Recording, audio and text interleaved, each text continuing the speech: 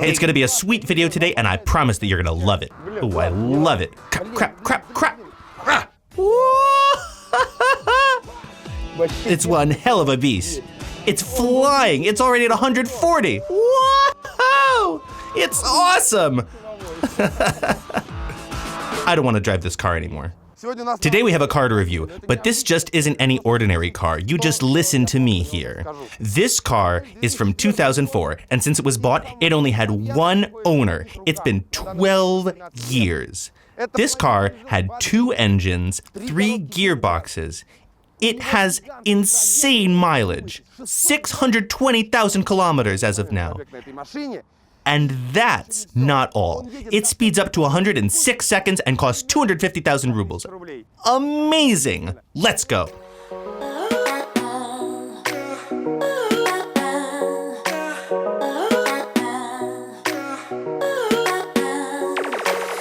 For those who didn't get it yet, this is a Saab 9.5 Aero. There are no model plates, but it's still a full-blown 9.5 Aero. Again, the mileage. If you look at the car, it looks a little bit worn, right? But the mileage on this pup is 620,000 kilometers, and it only had one owner. The guy who gave me this car to review, his name is Vlad. He only started driving this car recently. Because when this car was made, he was like 14 at the time. He couldn't even drive. This car was given to him by his uncle, I think. So the car was staying in one family. So what was happening to this car throughout the years? How does it perform today? I was thinking of filming a video like this for a long time. We were chatting with Vlad, and I said to him something like, we were talking and I said, my Skoda drives like crazy, it's really fast. And he replied, yeah, my Saab drives fast too. And I say, pfft. Your old tub? What can it do against new tech? Super engine, E8888, a modern platform, TSI, direct injection, blah blah, DSG, and so on. He said, bring it on. I say, let's go. There were 5 races, the Saab won 4 of them. Decimated me. He finished first, half a length or a full length in front of me. I can't keep up with this car, it's amazing. This old wreck that costs 250,000 rubles decimates a great Skoda that cost 800,000 rubles.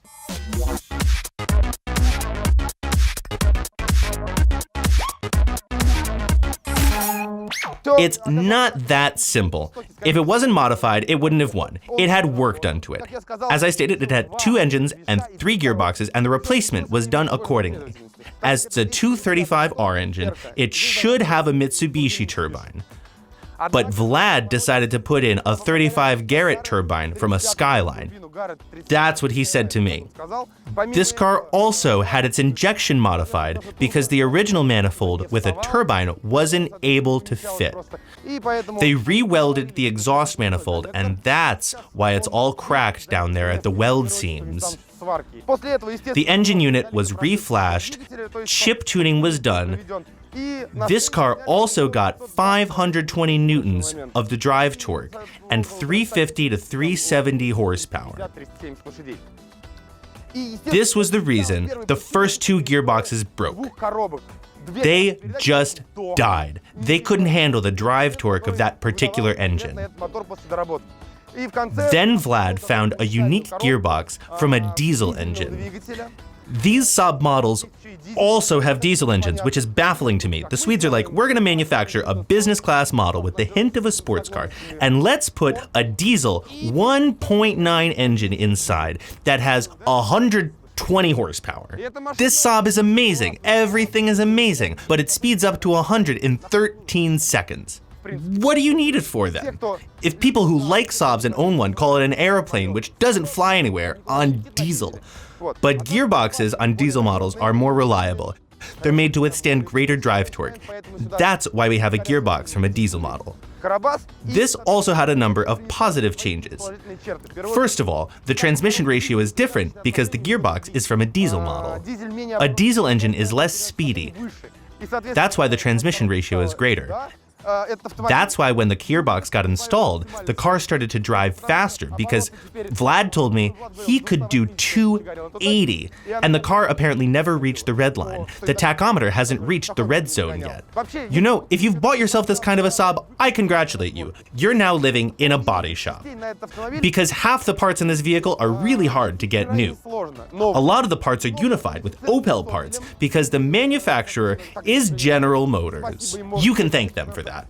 Nothing else in the engine. You can partially replace the undercarriage and maybe something else with Opel parts. You can find an alternative. But it also has strictly Saab parts, which are almost impossible to find. For example, a steering knuckle. Here, on this particular model, it's made from aluminum.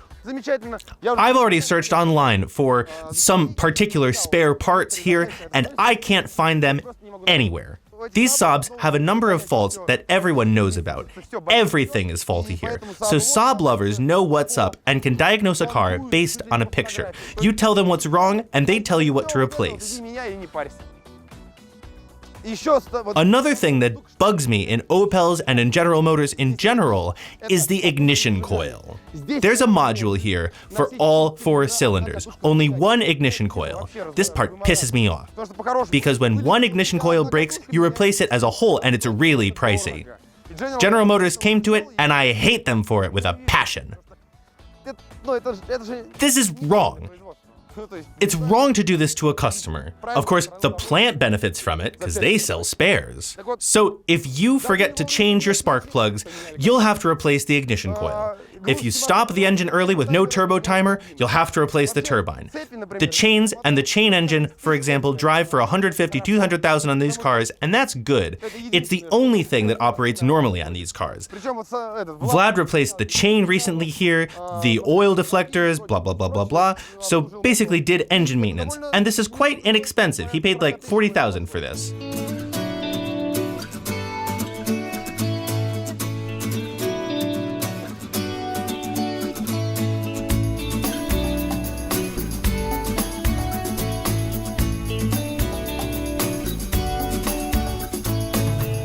This car has never been in a serious car crash.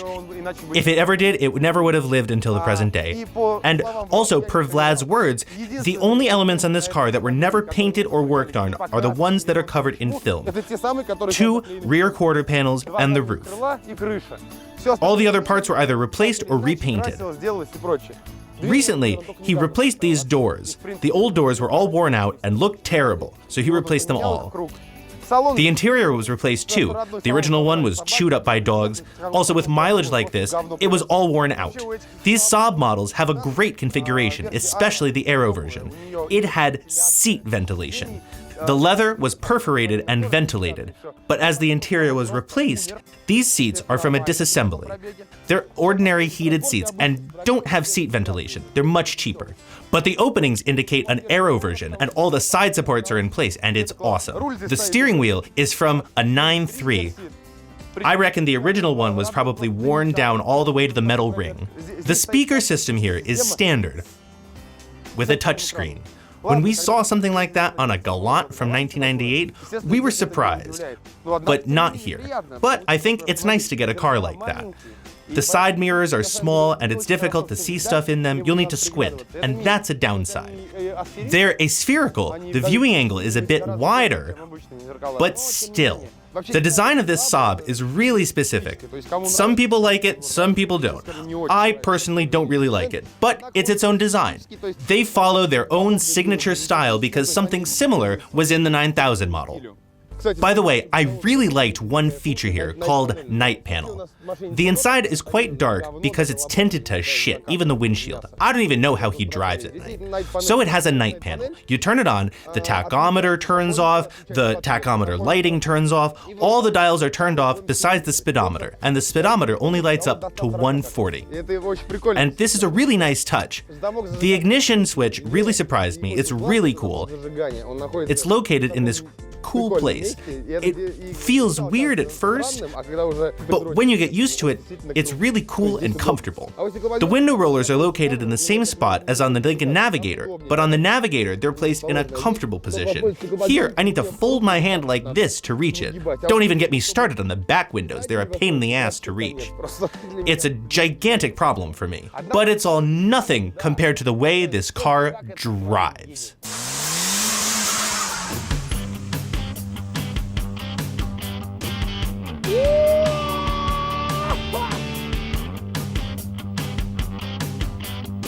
This is one hell of a beast.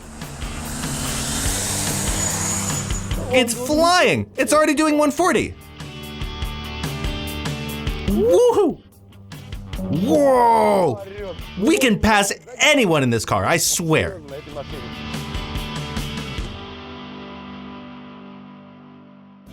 The drive torque is really short on this car, and you can feel it.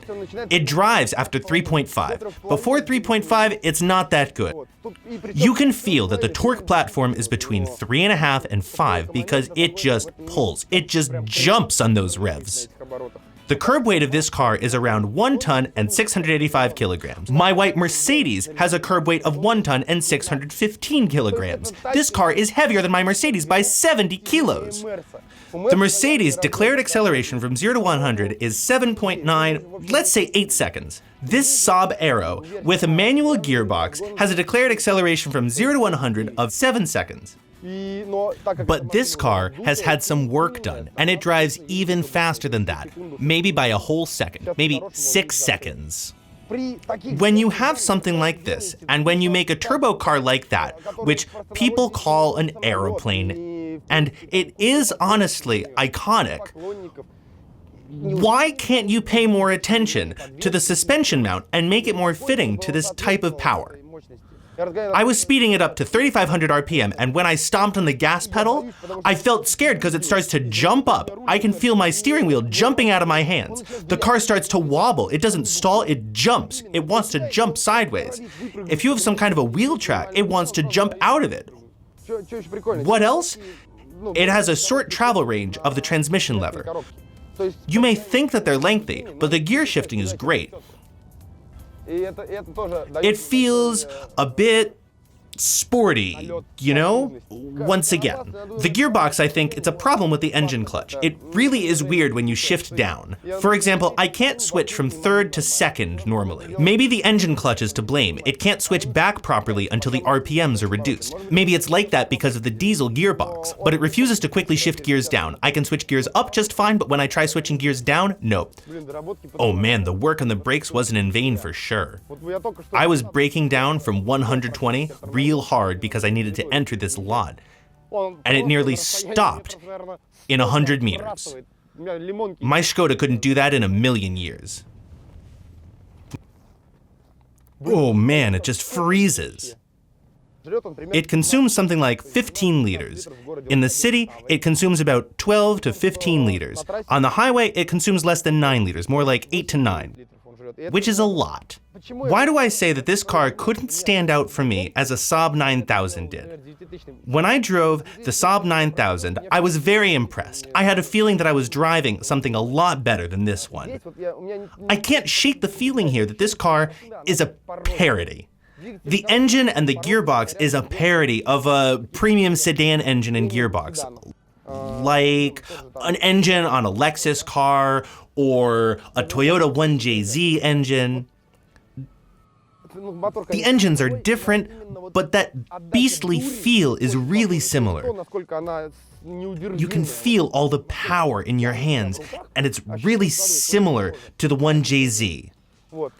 With a turbo. The body of the car, the ride, is similar to a Ford Mondeo or something.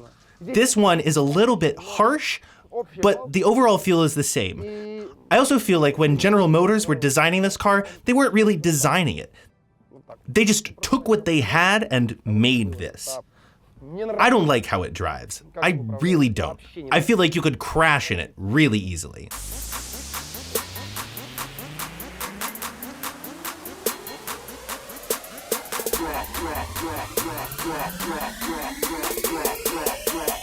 This is one hell of a beast.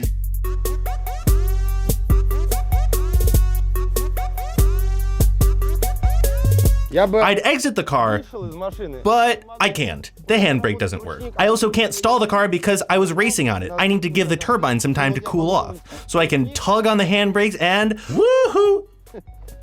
We're moving. You can turn off the ignition switch only in the reverse gear. It apparently has a lock, which is apparently present on all Saab models, that automatically locks the gearbox completely when you turn off the ignition switch in reverse gear. If we try to stall the car, not in reverse gear, this car in particular, the ignition switch just falls out. If I just do this, I get this. I get this if I stall not in reverse gear. This is ridiculous. Why do I say that I can't recommend this car to anyone? If it weren't for some small things here and there, I'd say, guys, anyone that wants a nice, quick car and doesn't have a lot of money, like 120,000 rubles, you can get a nice racing car. Yeah, the condition will be shitty, but it will drive really fast. But I can't do that freely, because I'd kind of be lying to you. I think this car is not well thought through enough. I don't know who the target audience was. On the one hand, it's a dynamic car.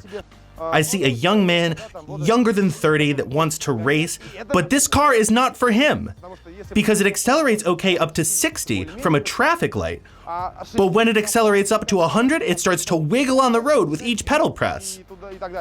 And if you want to do that in traffic, you'll end up in someone's rear end. If you like the video, hit like, subscribe, everything will be awesome. Bye everyone.